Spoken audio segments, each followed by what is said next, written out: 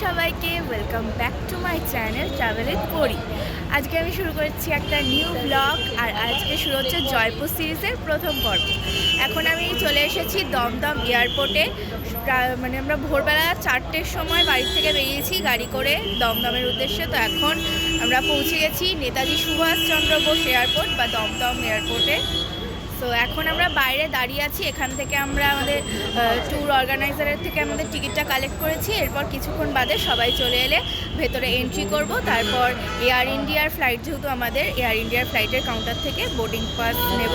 তো সব তোমাদের সাথে এক এক করে শেয়ার করবো, তো দেখতে থাকবো। এখন এয়ারপোর্টের ভেতরে চেকিং করে নিয়েছি, আর আমাদের সব লাগেজ চেকিংও কমপ্লিট হয়ে গেছে। বোর্ডিং পাসও 1 ঘন্টা মতন বাকি আছে। আমাদের ফ্লাইট টাইম বোধহয় 8:35-এ। তো আমাদের এয়ার ইন্ডিয়ার ফ্লাইট যাওয়ার সময়। সো এখন একটুখানি ঘোরাঘুরি করবো এয়ারপোর্টের ভেতর।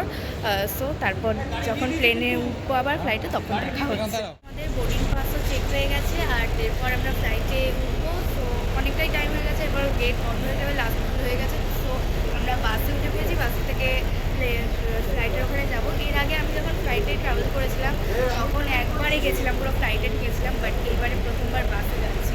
আর এদিকে মা বাবা সবাই বসে পেয়েছে। তো ফ্লাইটে উঠে আবার দেখা।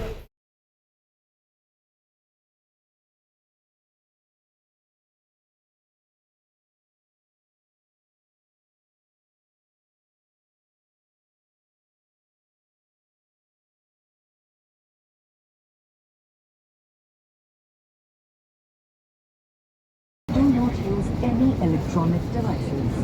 Thank you.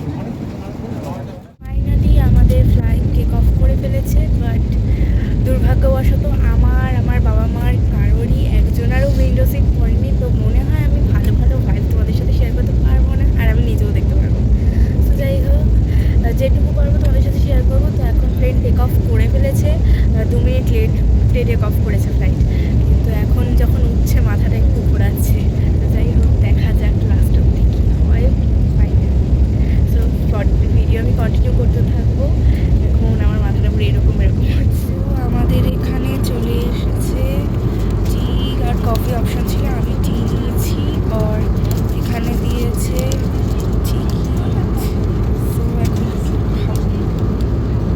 তো এদিকে আমার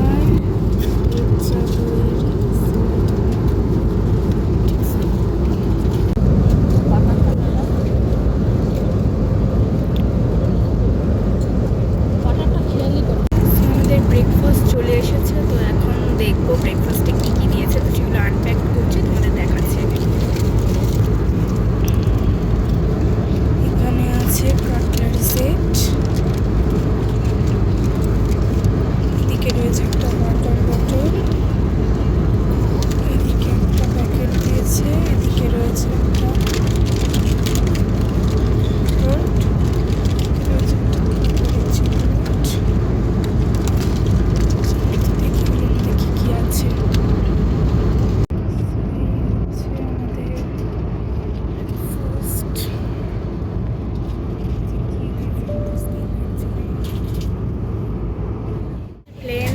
করে গেছে, সময়ের আধ ঘন্টা আগেই ল্যান্ড করেছে। আমরা এখন চলে এসেছি ইন্দিরা গান্ধী এয়ারপোর্ট বা দিল্লি ন্যাশনাল এয়ারপোর্টে। তো এখন নামবো, কিন্তু এখনও নামিনি, এখনও সিট বেল্ট খুলিও নি।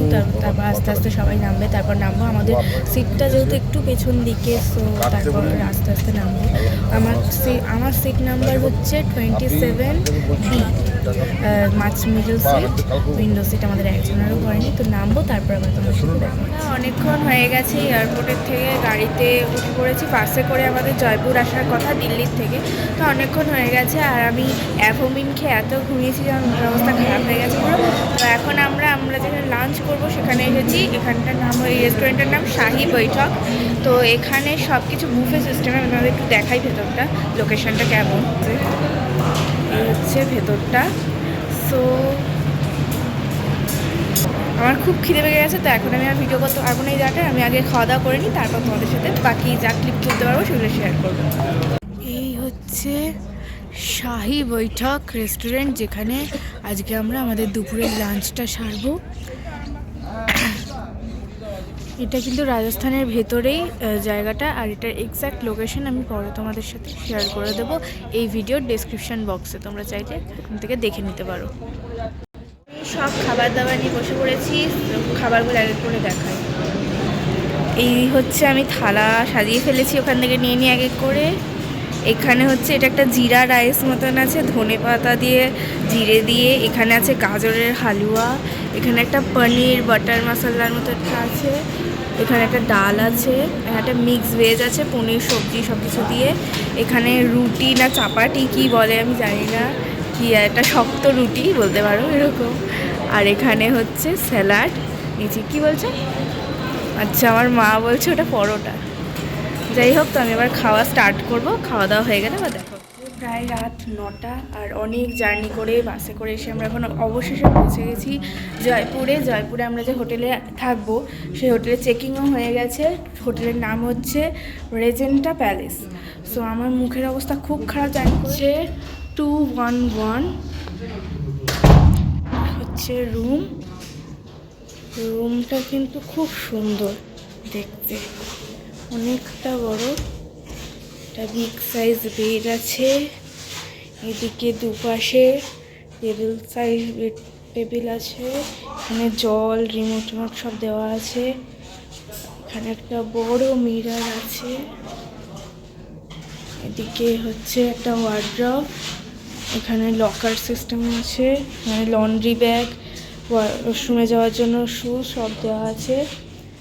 এদিকে একটা ব্যাগেজ টেবিল রাখা আছে, এদিকে রয়েছে টিভি ক্যাবিনেট, যেটা আমার কোনো কাজের না এখানে এসে। এখানে রয়েছে একটা মিনি ফ্রিজ, এখানে কেটলি, চায়ের কফি সামগ্রী, কাপ এগুলো সব রাখা আছে।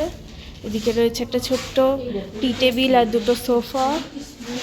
এদিকে আবার একটা স্টাডি টেবিল আর একটা চেয়ারও আছে। তো এই হচ্ছে, আর এদিকে রয়েছে এসি। সো এবার বাথরুমটা দেখাই তোমার। এই হচ্ছে ওয়াশরুমের ভেতরটা, এদিকে একটা মিরর আছে, এটা কিন্তু সেন্সর মিরর।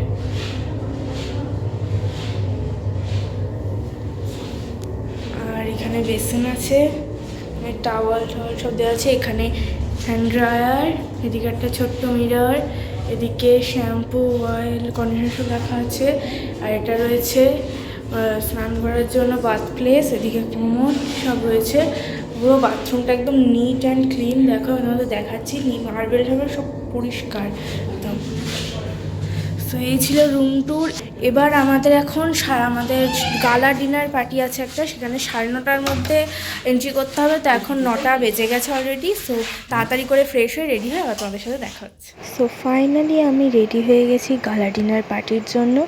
গালা ডিনার পার্টিতে আমরা কী কী খেলাম সেই সমস্তটা আমি শেয়ার করব তোমাদের সঙ্গে পরের মিনি ভ্লগে।